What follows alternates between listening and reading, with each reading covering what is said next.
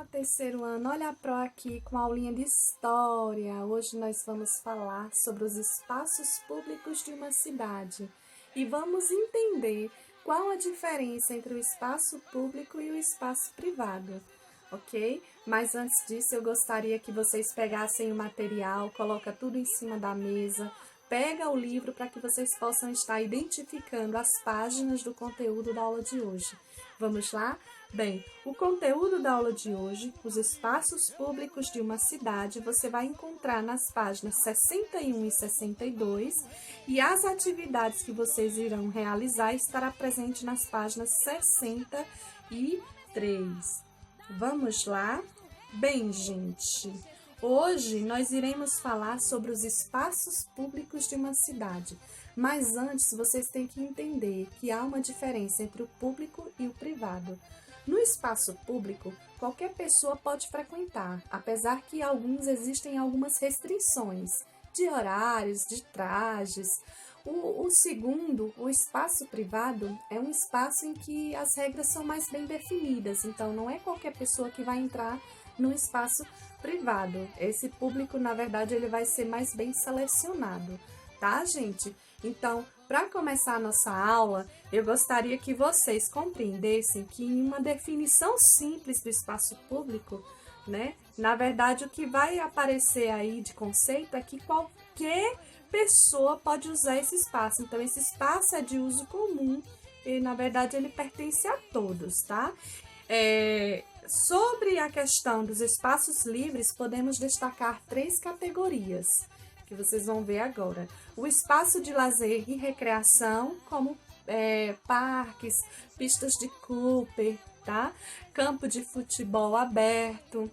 Temos também os espaços de circulação, como praças, ruas. É muito comum a gente ver pessoas passando nas ruas, pessoas sentadas em praças.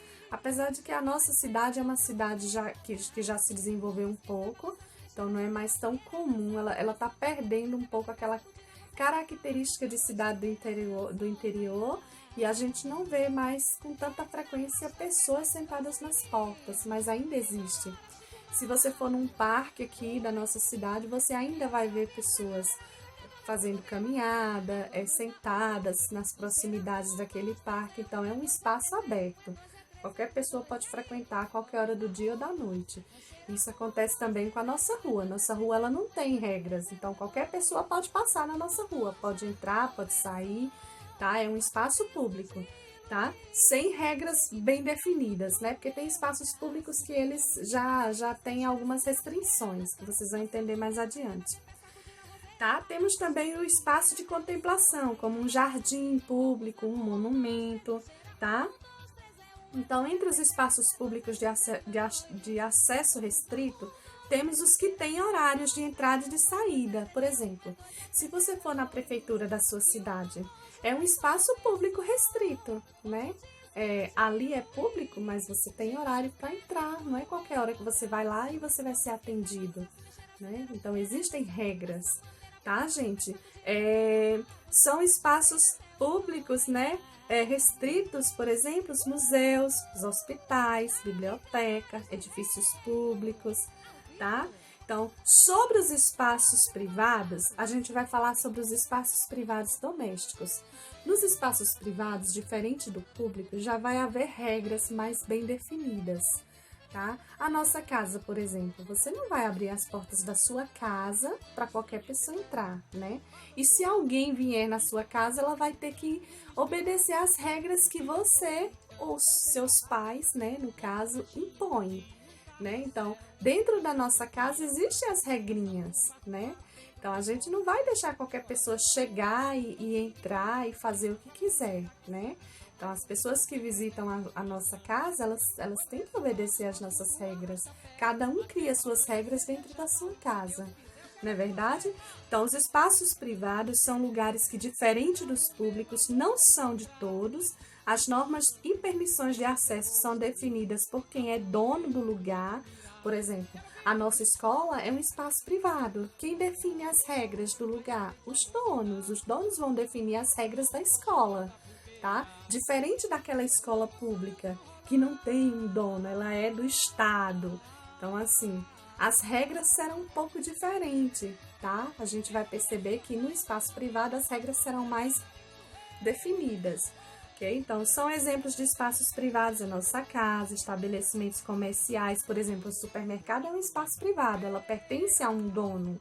A nossa escola é um espaço privado, ela pertence a um dono, tá?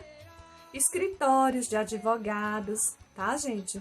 Então, dentro dos espaços privados, existe um em particular que tem tudo a ver com a nossa vida, né? Fora do espaço público, que é o espaço doméstico. Então, a nossa casa é o nosso espaço, ela é o espaço privado doméstico, né? Como a Pró já falou, a gente cria regras para conviver naquele espaço ali com as pessoas que estão ali envolvidas, que são a nossa família.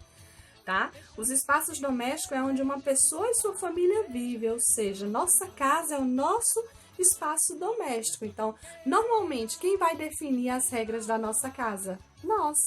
Quem vai definir as regras da sua casa? A mamãe e o papai, né? A regra é assim.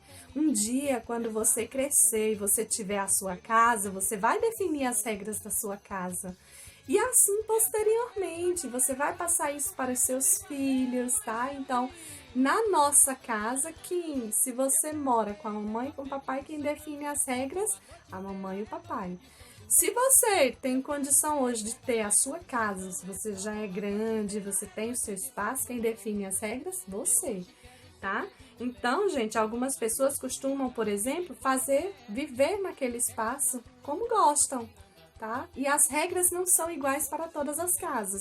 Existem pessoas que definem regras para sua casa, outras já fazem outro tipo de regra, por exemplo. Existem pessoas que só comem à mesa, só gostam de jantar todo mundo ali sentado na mesa, né? Existem pessoas que gostam de fazer as refeições assistindo TV, então isso muda de família para família, cada um tem o seu jeito de viver, a sua forma de viver dentro daquele espaço. Ok, gente? Essa foi a nossa aula de hoje. Não deixem de fazer as atividades.